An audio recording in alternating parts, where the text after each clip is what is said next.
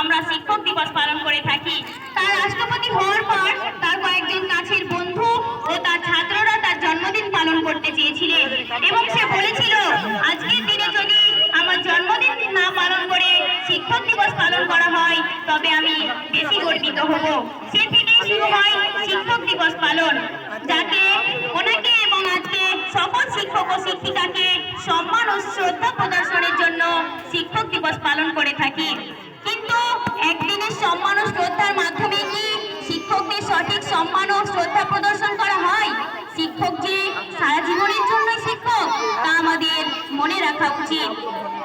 শিক্ষক হচ্ছেন আমাদের জীবনের একটি গুরুত্বপূর্ণ অংশ, কারণ শিক্ষক ছাড়া আমাদের জীবন প্রায় মৃত। শিক্ষা হচ্ছে জীবনের একটি উপলক্ষ, তাই তো বলা হয় 1 বছর নিরলস পড়াশোনার চেয়ে একদিন একজন মহান শিক্ষকের সঙ্গে অতিবাহিত করা উত্তম। মনে রাখবেন, একটা বই, একটা কলম, একজন বাচ্চা এবং একজন শিক্ষকই পারেন পুরো বিশ্বকে বদলে দিতে। আমার প্রাণপ্রিয় শিক্ষক ও শিক্ষিকা এবং ডক্টর সর্বপল্লী রাধাকৃষ্ণনকে শ্রদ্ধেয় জানিয়ে আমি আমার বক্তব্য শেষ করছি। আসসালামু আলাইকুম।